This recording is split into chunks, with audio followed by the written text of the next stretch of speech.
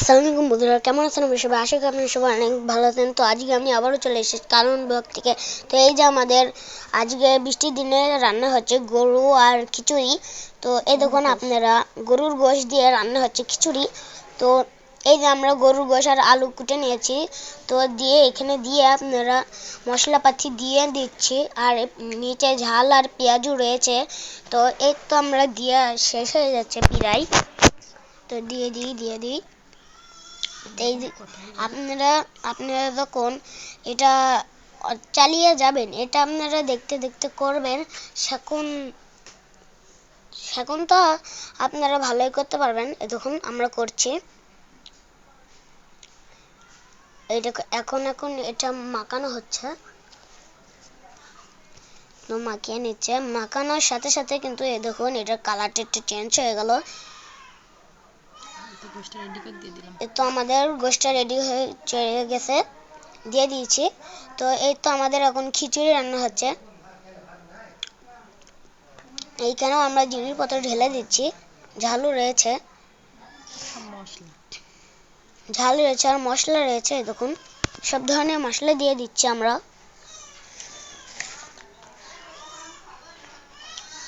এতে আমরা দিয়ে দিচ্ছি এই যে ঝালের ঝালের ঝালের গুঁড়োও দিয়ে দিয়েছি। এই দেখুন করা শেষ হয়ে যাচ্ছে, একটা এখন মাখানো হচ্ছে। এই দেখুন মাখানো হচ্ছে চামচ দিয়ে। আপনাদের এই যে এখন পানি দিয়ে দেওয়া হচ্ছে, পানি দিয়ে দিলাম। তারপর এই তো আমরা এটা চড়িয়ে দিচ্ছি। এই দেখুন আমাদের খিচুড়ি তৈরি হয়ে গেছে। আর এই তো আমাদের গরুর গোশত। তো গাইস আজ এই যে